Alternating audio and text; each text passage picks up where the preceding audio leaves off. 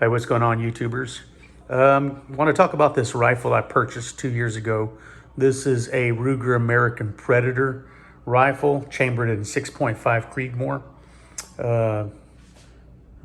Read some really intense reviews on this rifle before I purchased it because I was looking for a sub $1,000 rifle for hunting, and really saw some great reviews on this rifle. Read about how accurate it was out the box without any modifications. And so I did take it out, as you can see right now, just for safety purposes. It is unloaded. There's a magazine, and the bolt is actually back there, and you can see this is a unloaded firearm. So with that being said, I did a few modifications to it. As you can see, when you first purchase this rifle, it comes, I believe, in a hunter green color. And what I did was basically some custom painting to it. So I added this little camo flare. I'm out here in Texas, where there's a little combination of both real green areas and then at times some brown. So kind of went with a little bit of both just for the changes in the seasons. Paired this with a Vortex 2 Crossfire scope. This one happens to have the red dot center, which I'm really not a huge fan of, but it works great. I mean, it's like I said, it's a great shooting rig out the box. It's budget friendly. So with just a few modifications like the paint and this muzzle brake that I purchased from Ruger, cost me about a little over $60, and that included the shipping as well. But I really like how they were able to match the finish of the muzzle brake to that of the barrel itself. So that's a nice little plus. I do have to say one thing about this gun. The only negative thing that really was bothersome for me was the piece of crap rotary magazine that came with this firearm. I shot it initially, put some really nice groups together, and then about a year later brought it out again to shoot it, and was realizing that my rounds were getting caught up and not feeding properly. So I did a little more research at that time and found that many people were having trouble with the rotary mags not feeding.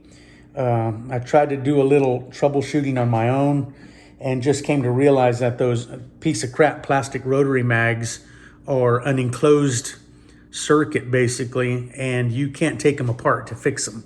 So there's nothing you can do. I guess the old ones used to have a metal plate that you could disassemble, but with the newer ones, it was fully enclosed and there was no way to disassemble them. So I did buy this AICS conversion kit from Ruger. I can't remember exactly what I paid, but it wasn't a whole lot. I mean, it was pretty reasonable and fairly easy to install. I think it took me about 10 minutes or so. It wasn't anything difficult.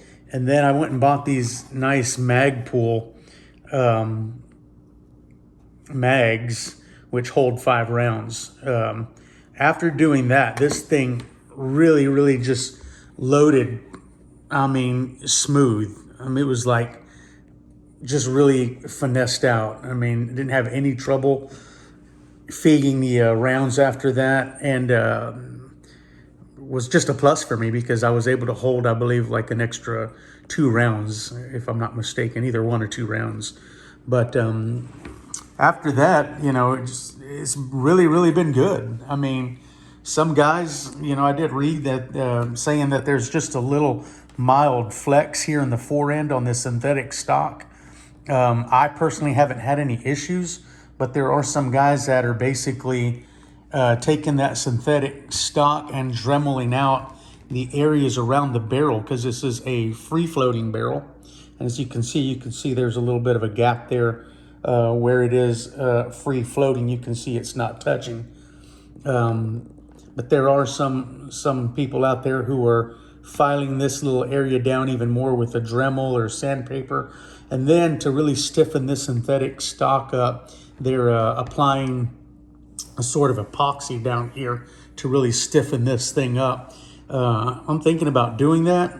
But like I said, even without it, this thing's just shooting pretty darn accurate for the price. And weight-wise, I want to just talk about that. I recently held a Bergara HMR, and I have to say, I honestly felt like the Bergara was a lot heavier than this thing.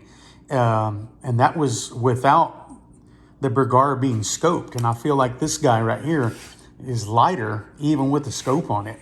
So that's something to think about, you know, if you're going to be out there walking around, you know, long distances or you know, just shouldering this thing for a period of time.